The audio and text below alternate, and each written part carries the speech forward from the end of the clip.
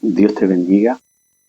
Eh, Quiero traer una, una reflexión, una pequeña reflexión. Más bien quiero hablar de un texto bíblico que he sacado muchas veces de contexto bíblico. Y ese verso se encuentra en Mateo capítulo 18, el versículo 20. Dice, donde ten dos o tres congregados en mi nombre, ahí yo estoy en medio de ellos, dice el Señor. Es un verso que en ocasiones se saca del contexto bíblico. Cuando un verso se saca del contexto bíblico, pues es como que no se le está dando la esencia. Por eso es que yo digo que la Biblia es un libro muy complejo. Es un libro muy complejo la Biblia. ¿Por qué? Porque en la Biblia hay de todo. Hay de todo. Es decir, por ejemplo, hay textos bíblicos que se sacan de contexto, que la gente lo puede usar para justificar cualquier situación. Por ejemplo, hay textos bíblicos que sacados de contexto, pues a veces se forman doctrinas y así sucesivamente. ¿A qué me refiero? Si yo quiero justificar, podríamos decir una debilidad que yo tenga, yo puedo basarme a un texto bíblico para justificar una situación que yo tengo. Por ejemplo, la Biblia dice que debemos de soportar a los débiles. Habla de que en la iglesia hay personas débiles en la congregación.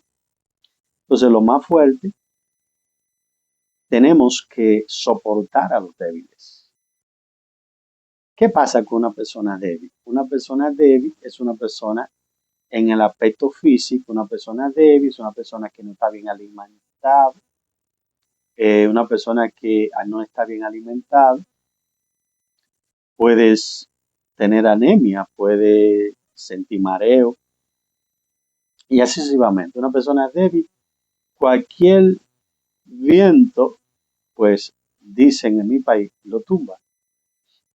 No está bien alimentada una persona débil.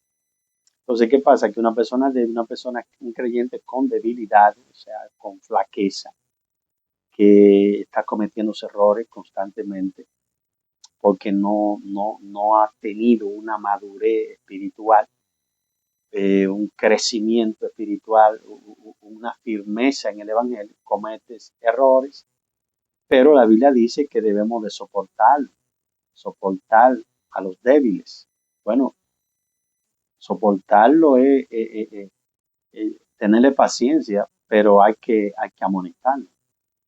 Entonces, ¿qué quiero decir? Si una persona débil quiere justificar su debilidad, que no ganas nada con justificar lo que no está bien. Entonces, puede decir, bueno, la Biblia dice que los fuertes que los fuertes deben soportar a los débiles. Claro, y la Biblia lo dice. O sea, se sacan textos bíblicos de contexto bíblico, entonces la gente lo usa para formar doctrina, para presentar alguna defensa, que no tiene que ver nada con una defensa de la palabra. Pero hay un error. La Biblia dice que el apóstol Pablo le dijo a Timoteo, procura ser diligente para presentarte delante de Dios como un obrero aprobado, que no tiene de nada que avergonzarse y que usa bien la palabra. En otra versión, que traza bien la palabra. Por ejemplo, yo trabajo en la construcción. Sé lo que es anivelar. Como trabajo en el área de terminación, maestro yesero, hay muros a veces cuando nos lo piden a plomo, están desaplomados. El hormigón, muchas veces el muro hecho en hormigón, está desaplomado. A veces tienen diferencia hasta de 2 centímetros de desaplomo. Entonces, ¿qué sucede? Uno usa niveles para aplomar el muro. A veces le dan unos niveles como trazo para entonces uno darle la medida. Se usa un medio de anivelar, buscar lo que es el nivel. Está el nivel, hay un nivel que se usa, mayormente los albañiles usan un nivel, pero un nivel de mano, que en sí son, por un lado, más cómodos para uno buscar el nivel. ¿Por qué? Porque la brisa, el viento no te mueve. Es un nivel de mano. Entonces, para buscar el nivel eh, vertical, porque estoy hablando de muro, uno busca el nivel vertical. Entonces, ¿qué sucede? Que esos niveles muchas veces no son muy buenos. Uno de los niveles más excelentes es la plomada. Es lo más perfecto para buscar nivel vertical. ¿Qué sucede? Que la plomada, si hay viento y el plomo no es muy pesado, se te mueve mucho cuando uno está buscando el nivel vertical. A veces el viento, dependiendo del lugar donde uno esté, mueve mucho. Entonces te cuesta un poquito más buscar el nivel porque tiene que estar sereno, tiene que estar el plomo. Como el plomo lleva un nylon, entonces a veces se mueve si al viento. Entonces como que tiene que dedicar más tiempo para uno buscar el nivel vertical, para saber si el muro está aplomado o desaplomado. A simple vista, una persona que no tenga tanta experiencia puede decir, no, ese muro está derecho. Pero cuando tú le pones la plomada, el plomo, te das cuenta de que está desanivelado. La Biblia habla de la plomada, que el Señor iba a poner una plomada, un plomo de albañil a Jerusalén. O sea, es como, esto es lo que indica qué es la plomada. Por ejemplo, la palabra de Dios es la referencia para todo. Por ejemplo, la palabra de Dios nos confronta a nosotros. A veces nosotros creemos que estamos excelente, bien, pero la misma palabra nos confronta y nos da a decir, hay cosas que tenemos que mejorar. Entonces, ¿qué sucede? Pablo le dice a Timoteo, procura presentarte delante de Dios como obrero aprobado, que no tiene de nada que avergonzarse, que usa bien la palabra, que traza bien la palabra. Entonces, ¿qué sucede? Trazar bien la palabra es, es darle la interpretación adecuada.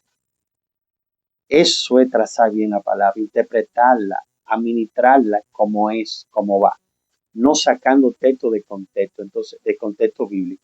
Por ejemplo, entonces este verso, Mateo capítulo 18, versículo 20, que dice que donde estén 2 o 3 congregados en su nombre, el Señor está en medio de ellos. ¿Por qué digo que este verso se saca de contexto? Porque a veces asumimos este verso, hablamos de este verso cuando la congregación, el número congregacional ha menguado, cuando no llega la cantidad de hermanos que esperábamos que iba a llegar a la congregación. Entonces, cuando disminuye la asistencia eclesiástica, entonces muchas veces decimos, no, hermano, que la Biblia dice que donde estén 2 o 3 congregados en su nombre, el Señor está en medio. Bueno, no es negativo de que Dios no esté. Él está con sus hijos. Pero ¿qué pasa? Que ese verso es mal usado.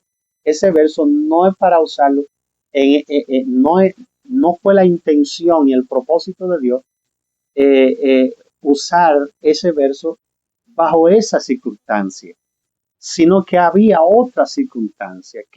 ¿A qué se refiere la palabra que donde estén congregados dos o tres en su nombre, el Señor estaba en medio de ellos? Si usted se va más adelante al verso 15, usted se va a dar cuenta de qué el Señor está hablando ahí. ¿A qué se refiere que donde estén dos o tres congregados en su nombre, el Señor está en medio? Es que había una situación. Ahí el Señor está dando una orientación de cómo hacer cuando hay un altercado entre un hermano con uno, entre dos hermanos. Por ejemplo, lo que sucede es que un hermano había fallado con otro hermano, o sea, había habido un altercado, había una disputa, había algo que se había ofendido, un hermano había ofendido al otro hermano. Entonces, ¿qué es lo que dice la palabra del Señor? Mira, si tu hermano pecare contra ti, ve tú a sola con él y repréndele. Si el hermano reconoce que falló, entonces él te va a pedir perdón. Entonces tú has rescatado al hermano si reconoce y se humilla. Entonces, esa cosa está entre ese hermano y el otro, o sea, está entre ellos dos nomás y en Dios. O sea que pasó algo entre ellos dos y realmente la congregación ni sabe lo que está pasando. No hay otro testigo de que en esos dos hermanos pasó un altercado porque sabiamente el hermano usó los métodos bíblicos y fue donde el hermano y lo reprendió, mire hermano, tú hiciste esto mal, me ofendiste. Y el hermano dice, sí hermano, lo reconozco, te pido que me perdone, no fue mi intención ofenderte. Pues se resolvió el caso. Ahora bien, si el hermano que va a sola y habla con él y no lo escucha, entonces tiene que usar otro método, que cual lo registra la Biblia en el Pentateuco, que realmente no se podía recibir testimonio de una sola persona, sino de dos. O sea, dos eran testigos para resolver cualquier situación. No se aceptaba un solo testimonio de una sola persona, sino de dos o tres testigos. Entonces ahora, como el hermano fue y no lo escuchó, no pidió disculpas, ahora el hermano va y se busca dos hermanos más. Y él, como testigo, va donde el que lo agredió y y va con los otros testigos y le dice, mira, el hermano me ofendió, yo vine a sola con él no me hizo caso, no me pidió disculpas, sigue, vamos a decir, con esa soberbia, no se humilla, entonces lo hace saber a dos hermanos y van esos dos hermanos y con el que fue agredido son tres. Entonces, ¿qué sucede? ¿Qué sucede? Que van los dos hermanos y ya aquí hay tres. Entonces, ellos van a escuchar a estos hermanos cuando el hermano le presente el caso, que fue agredido. Entonces, si el hermano sigue en soberbia, ahora, ¿qué sucede? Que esos dos testigos, más el hermano que fue agredido, van a la congregación. Y en la congregación, entonces se lo hacen saber a la congregación. Ya el caso ya adquirió otro nivel ya. Ahora va a la congregación entera y le presentan este caso. Ahora, el hermano no se humilla. Entonces, ¿qué hace la iglesia? Que la iglesia lo tiene como gentil. La iglesia ya lo tiene como gentil porque el hombre no se humilló, siguió siempre con esa soberbia. Entonces ya ahora la iglesia, con estos testigos, los líderes de la iglesia, con estos testigos, ya deciden que esa persona hay que sacarlo de la iglesia, tenerlo como gentil. Por eso entonces el Señor dice, donde estén congregados dos o tres en mi nombre, yo estoy ahí. Entonces, en medio de ellos, para el Señor ya, lo que decidieron los líderes a través de la persona que fue agredido y los dos testigos, ya son tres. Entonces ya la iglesia decide la autoridad que el Señor le dio para atar y desatar ya ellos decidieron, no, este hermano ya no puede estar con nosotros, ya no puede estar porque está en soberbia, no reconoce, entonces lo echaban, que ya lo tenían como gentil. Entonces es el caso, por eso es que el verso que dice que donde estén congregados dos son tres en su nombre, el Señor está en medio, en medio. Es para decir, yo doy la facultad, doy la autoridad, que lo que ustedes hicieron está bien, lo que ustedes hacen en la tierra ya está atado en el cielo. Eso entonces, que entonces es un peligro cuando nosotros, o sea, no es correcto sacar un texto de contexto bíblico, porque entonces tiene como otra, le damos como otra entonación que no es lo adecuado.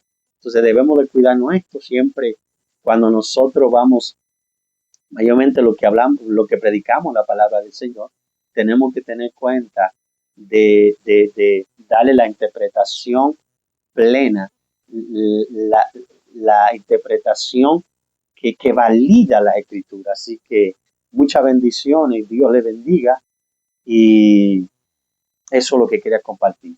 Que Dios te bendiga, muchas bendiciones.